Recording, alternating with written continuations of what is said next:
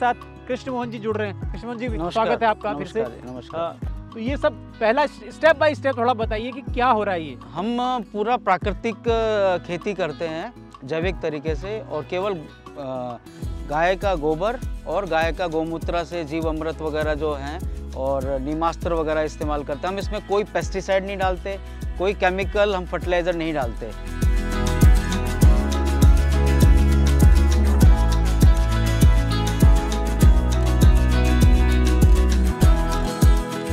लोग है ना, जब इसको निकालते हैं तो इसका गजरे का इस्तेमाल नहीं करते। अच्छा। या फिर क्या है, इसके अंदर मिट्टी डाल देते हैं साथ साथ में। मिट्टी से अगर निकालेंगे तो फिर मिट्टी सन के आएगी। हम एक दिन पहले गजरा काट लेते हैं ताकि हमारा गाय को फोडर मिल पाए।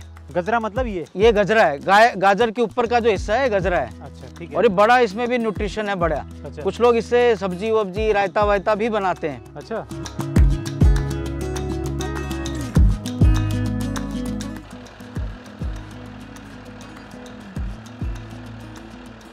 तो ये देखिए, जो गिर अमृत फल की गायें खाती हैं उसका एक फेज ऐसे शुरू होता है।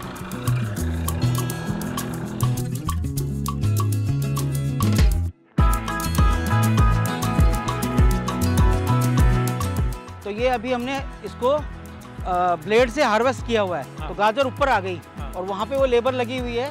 वो लेबर इनको गाजरों को जो ऊपर आई हुई है इनको बाहर निकाल रही है।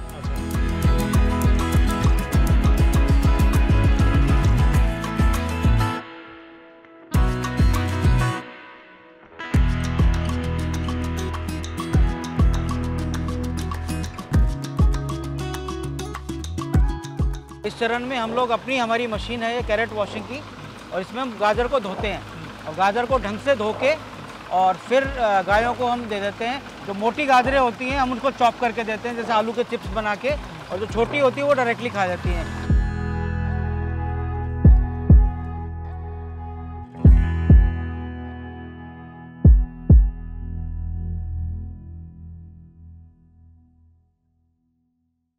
नमस्ते। आज आपको गिर अमृत फल का ऑर्गेनिक खेती कैसे होती है ये मैं आपको दिखाना चाहता हूँ। करीब आप देखिए 15 एकड़ में ये गाजर की यहाँ पर पैदावार हो रही है, और 2 एकड़ में शलगम हो रही है, 5 एकड़ में बीट रूट हो रहा है, और 5 एकड़ में फॉडर बीट हो रहा है।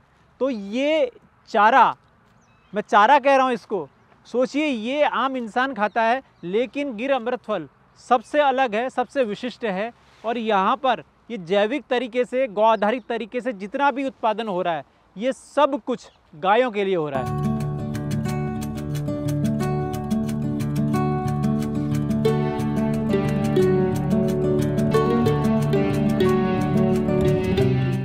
तो आज इसके पीछे ये कैसे कैसे काम होता है, कैसे ये लोग अभी क्या कर रहे हैं, कितने बीघा में इन्होंने कितना लगाया, कितनी पैदावार होती है, क्या इनको मुश्किलें आती हैं गौ आधारित इस खेती में, सारी बातें मैं करूंगा। हमारे साथ कृष्ण मोहन जी जुड़ रहे हैं। कृष्ण मोहन जी, स्वागत है आपका फिर से। नमस्कार।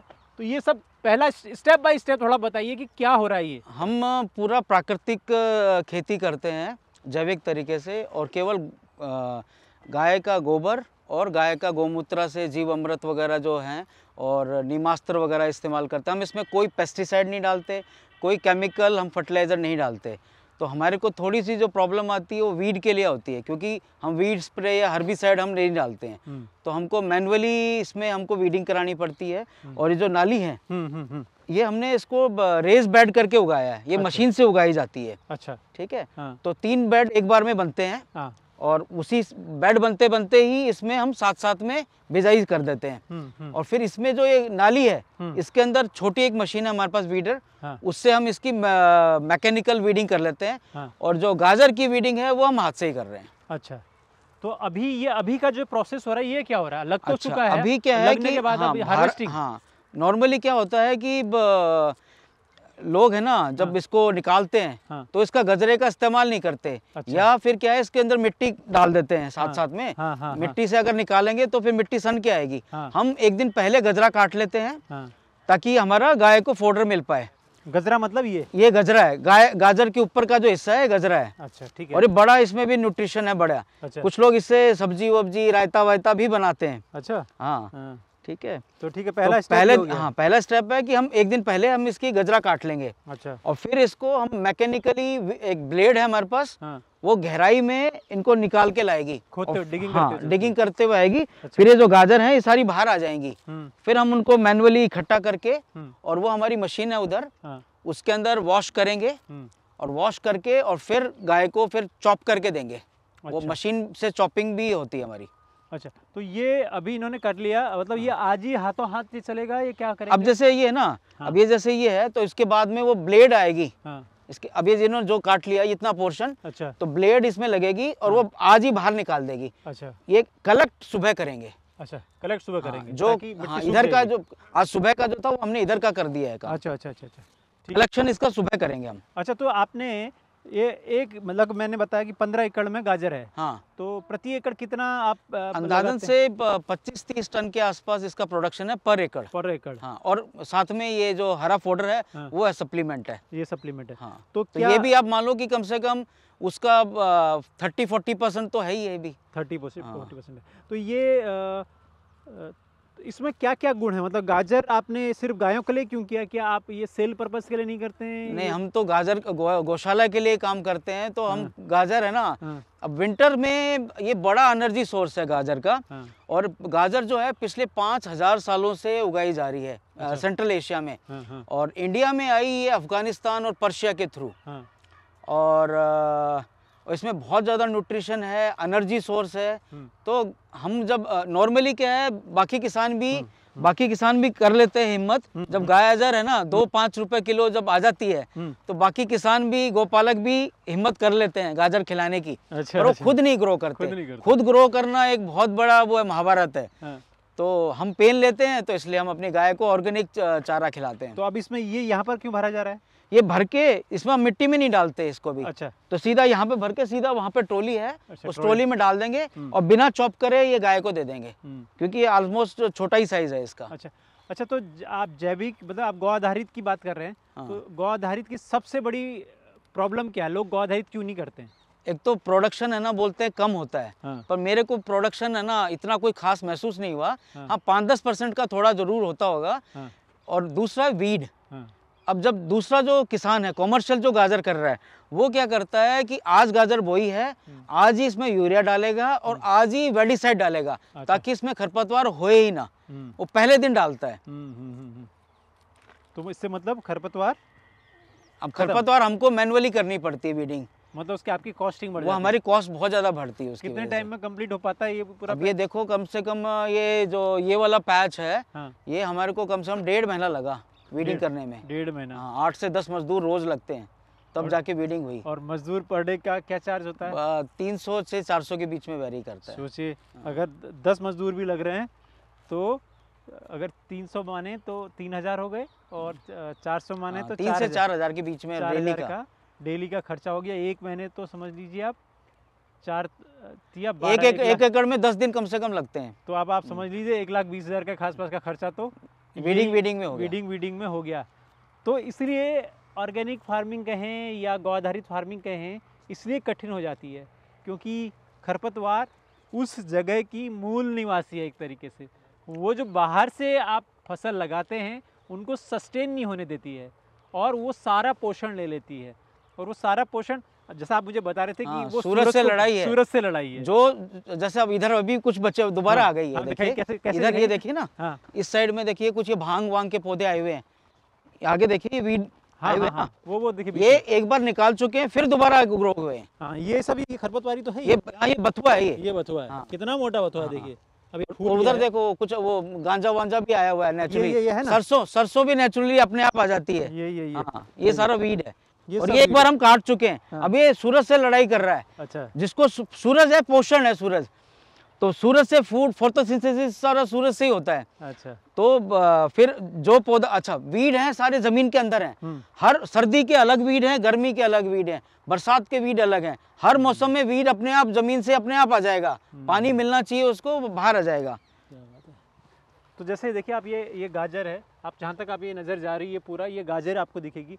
ऐसे पीछे भी है, हमारे पीछे भी पूरी गाजर ही गाजर। ये कब, किस मंथ तक चलेगी आपकी गाजर? ये हम मार्च एंड तक खिलाएंगे इसको। मार्च, अप्रैल में फिर गर्मी स्टार्ट हो जाती है। अच्छा, तो हमारा टारगेट रहता है कि अब की बार तो जैसे बरसात बहुत ज़्यादा हुई तो लेट हो गई गाजर, इसलिए गाजर महंगी भी थी। गाजर शुरू में मार्केट में आई थी 100 रुपये केजी आई थी। अच्छा। ठीक है, अब तो जाके नॉर्मल हो रही है। हाँ। तो हमने जनवरी से हार्वेस्टिंग स्टार्ट करी। हाँ। और नॉर्मली अगर मतलब बरसात का शुरू में प्रकोप नहीं हो बोने के टाइम पे, क्योंकि गाजर बोते टाइम अगर बरसात आ गई तो सारा नाश है, दोबारा आपको बोना पड़ेगा। अच्छा। तो अब की बार बरसात की वजह से डिले हुई, नहीं तो नॉर्मली हम 15 दिसंबर से स्टार्ट कर देते हैं हार्वेस्टिंग। अब की बार हमने जनवरी से स्टार्ट किया, हम 15-20 दिन लेट हैं। तो आप जैसा आप कह रहे हैं कि शुरुआत में और आखिर में रेट अच्छा मिलता है, तो मार्केट में नहीं, आखिरी में रेट अच्छा नहीं मिलता। अच्छा, आखिरी में नहीं आखिरी में तो सारा माल आ रहा होता है मार्केट में, स्वाद नहीं रहता। हाँ, या कुछ होता स्वाद भी खत्म हो जाता है, शेप खराब हो जाती है। तो शलगम के बारे में भी कुछ आप कह रहे थे, कुछ इतिहास है शलगम का कोई? शलगम पहले गुलामों को दिया जाता था और पशुओं को दिया जाता था। तो गुलामों को इसलिए दिया जाता था ताकि उनको पौष्टिक आहार मिले, और वो उनसे श्रम कराया जाता था तो वो अपना मतलब कम पैसे में उनका सर्वाइवल हो जाए। तो इसलिए गुलामों को बहुत काफ़ी टाइम पहले से शलगम दी जाती थी।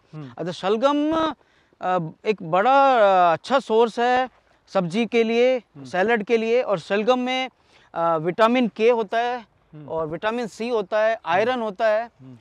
तो उसकी वजह से एक पौष्टिक आपका सब्जी सलाद बनता है। अच्छा, तो ये देखिए शलगम अभी कृष्ण मोहन जी ने जो है निकाल के रखा है।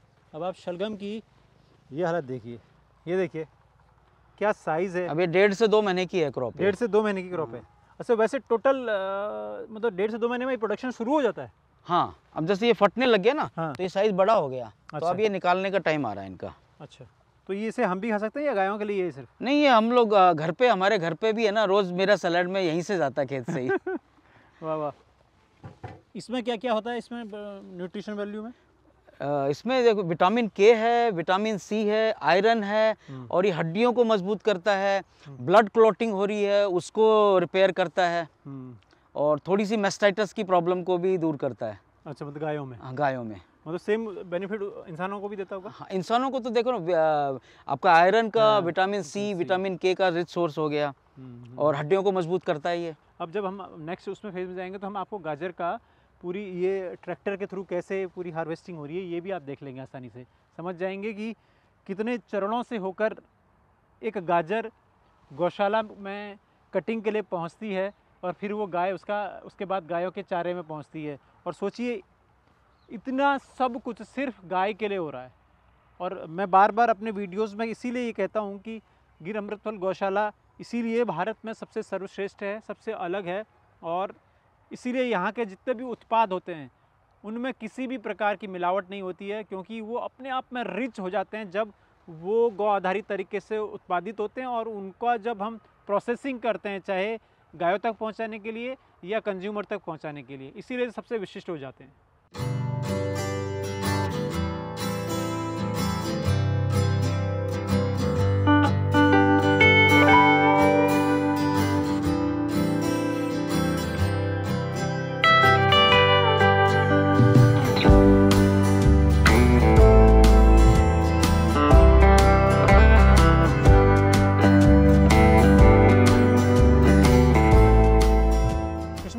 अब अगर हम गायों को ये चारे के रूप में देते हैं तो जैसे गाजर कितना देते हैं और ये शलगम कितना देते हैं? गाजर हम 2 से 3 टन देते हैं। ठीक है, 2 से 3 टन मतलब कितने? 2 से 3 टन डेली का। तो ये ऐसे जो छलने हैं ये 3 या 4 छलने जाते हैं डेली के। तो मतलब कितने गायों में माने वो करीबन 700-800 गायों में। अच्छा, ठीक है। और तो चुकंदर ये मतलब ये जो शलगम है ये हम है ना ज़्यादा अमाउंट में नहीं देते, मतलब एक छलने में हम 100 पीस डाल देते हैं। अच्छा, तो ये ज़्यादा देने से क्या होता है कि ये इसमें मूली का टेस्ट है। हाँ। तो मूली के टेस्ट की वजह से गाय क्या करती है, जो खाती है वो फटाफट ट्रांसफॉर्म करती है। तो गाजर की अमाउंट, गाजर का जो मिठास है उसमें ये एब्जॉर्ब हो जाती है इसकी मूली की जो स्मेल है, ताकि दूध में फिर नहीं आए। अच्छा, तो इस चक्कर में हम साथ में मिला के देते हैं, ये प्योरली नहीं दे सकते गाय को। अच्छा, ज्यादा खिलाते ही दूध में गाय ने अगर आज नमक ज्यादा खा लिया तो कल नमकीन दूध हो जाएगा। तो ऐसी शलगम है। इसकी गंध आ जाएगी मतलब। हाँ, तो फिर हम उसको बहुत छोटी अमाउंट में देते हैं, तो 100 पीस एक छलने में डाल देते हैं, तो उसका गाय का भी काम हो जाता है और दोनों काम हो जाते हैं।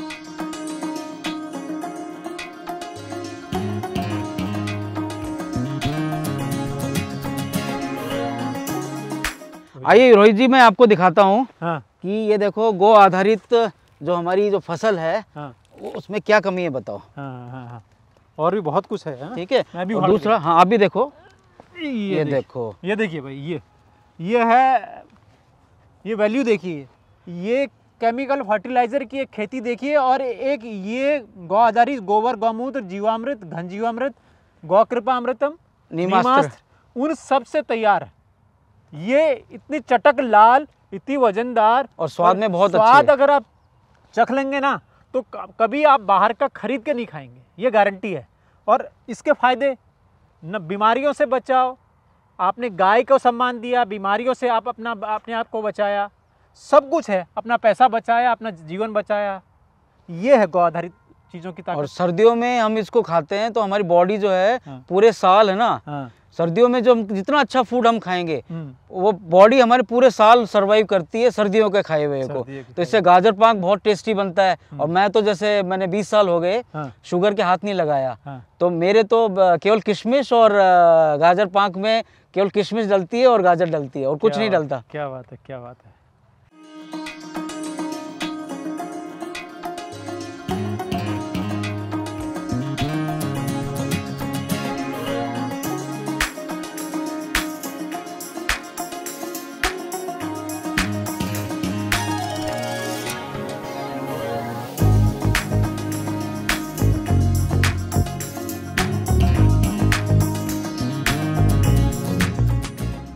एक दिन पहले गजरा कट चुका था, अब दूसरा दिन है, आज हार्वेस्टिंग होगी।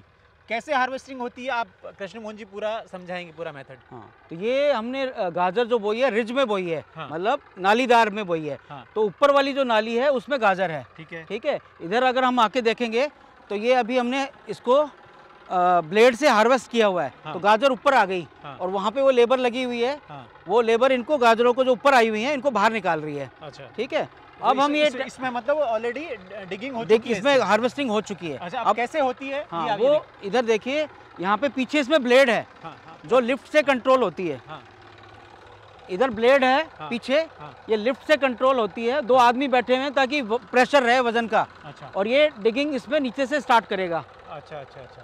तो ये कितना देर में कितना डिगिंग कर सकता है? ये 10 मिनट में 1 दिन का काम कर देता है। अच्छा, 10-15 मिनट में। तो ये देखिए, जो गिर अमृत फल की गायें खाती हैं उसका एक फेज ऐसे शुरू होता है। ये देखिए, ये डिगिंग हो रही है, इससे गाजर तो कोई नुकसान नहीं होता होगा ना? कोई बहुत लंबी जिसकी जड़ है। हाँ। उसको फिर भी हो जाता है। हाँ। पर अदरवाइज जो मतलब 1 फुट तक की है वो सारा का सारा वो बाहर आ जाती है, लूज हो जाती है, सैंड लूज हो जाती है बिल्कुल। अच्छा, फिर हम देख रहे हैं ऐसे ये जितने भी लेबर लगी है। हाँ, ये मैनुअल लेबर है, इकट्ठी करती जाती है इनको। हाँ, ये लगातार एक तरफ से इकट्ठी कर रही है, एक तरफ से डिगिंग हो रही है। तो बाप रे बाप, बहुत लंबा प्रोसेस है। हमको लगता है कि भाई गिर अमृत फल जो है बस बाकियों की तरह अमृत है ना। हाँ, आसानी से नहीं मिलता। आसानी से नहीं मिलता। तो दूध में, घी में फिर ये सब गुण आ जाते हैं। और इसका मिठास भी आता है। मिठास भी और सर्दियों में ऐसा बोलते हैं कि आदमी को भी सर्दियों में जिसने जो जितना अच्छा खाया है, तो गाजर जो है पौष्टिक है। और घी है, हम ये सब चीजें सर्दियों में ज्यादा खाते हैं, गूंद का लड्डू है, ताकि हम पूरे साल है ना उसको है ना बॉडी उस एनर्जी को संभाल सके। अच्छा। और उस कमियों को पूरी कर, सर्दियों में जो खाया वो हमारा सारी पूरे साल चलेगा। अब जैसे वो ट्रैक्टर चला गया, वहाँ से शुरू करेगा, अब वो वापस से बैक में लेके आएगा, फिर अगली लाइन लेगा। अच्छा, तो ये हाँ, ये मेरे ख्याल से 3 रिज को है ना, 3 रिज को एक बार में उखाड़ देता है। क्या बात है, क्या बात है। तो दोस्तों देखिए, अब ये दूसरे दिन में हमने इसकी पूरी हार्वेस्टिंग होते हुए दिखा दी। अब इसके बाद का जो चरण होगा ना, वो इनकी वॉशिंग का होगा। ये एक साथ एक ट्रॉली में इकट्ठा हो जाएगा। किस में इकट्ठा करते हैं आप? ये हम ये इसमें वॉशिंग की हमारी अपनी खुद की है मशीन ये। हाँ। और इसमें 800 किलो का माल आ जाता है। 800 किलो का माल। हाँ। इसमें आ जाता है। 800 किलो गाजर आ जाती है इसके अंदर। हाँ। तो इसमें वाटर सोर्स से जोड़ देते हैं। हाँ। इसको, ये फुटवॉल्व है। हाँ। इसको वाटर सोर्स से जोड़ देते हैं, या हम पाइप से डायरेक्टली भी करते हैं। अगर इसको जोड़ते हैं तो इसका पंप यहाँ से, इसमें फवारे चलते रहते हैं, इसमें पूरी लाइन में फवारे हैं। अच्छा, तो इसको यहाँ से कहाँ, यहाँ से? ये हाँ, यहाँ से भरते हैं, ये शटर बाहर आ जाते हैं, यहाँ से भर के इसको लॉक कर देते हैं। लगभग 800 किलो इसमें 800 किलो के आसपास इसमें गाजर आ जाती है। तो हम कोशिश करते हैं कि 3 छलने रोज़ाना के रोज़ाना निकाल के अपनी गायों को दे दें। इसके बाद वहाँ जाके कटिंग होती होगी इनकी हाँ, ना? वहाँ जाके जो छोटी गाजर है हाँ। वो तो हम डायरेक्टली दे देते हैं, हाँ। और जो जितनी बड़ी है उसके हम आलू के चिप्स की तरह गाजर के चिप्स बना लेते हैं। तो मशीन है, उससे चिप्स बन जाते हैं। ग्रेट।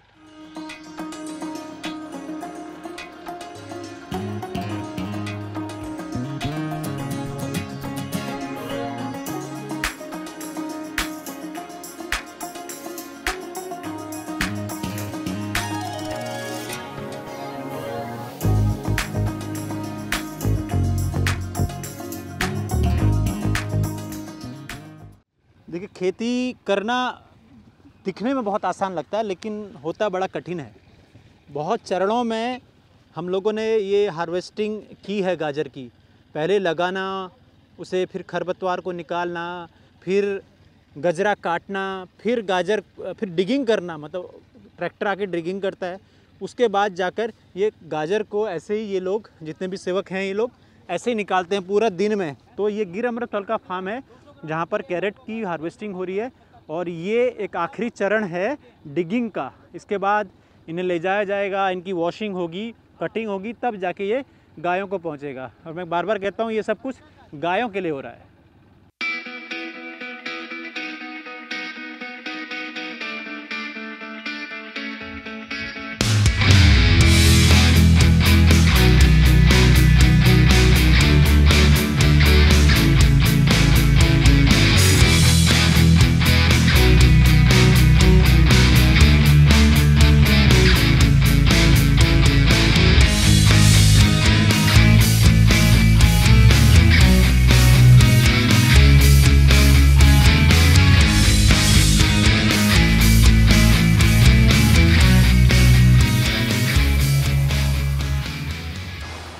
अब हम जो दिखाने जा रहे हैं वो कटिंग से पहले का आखिरी चरण है। इस चरण में क्या होता है, मतलब इस चरण में हम लोग हमारी मशीन है ये कैरेट वॉशिंग की, और इसमें हम गाजर को धोते हैं, और गाजर को ढंग से धो के और फिर गायों को हम दे देते हैं। जो मोटी गाजरें होती हैं हम उनको चॉप करके देते हैं, जैसे आलू के चिप्स बना के, और जो छोटी होती है वो डायरेक्टली खा जाती हैं। तो गाय में उस तरह से चबाने की क्षमता नहीं होती है।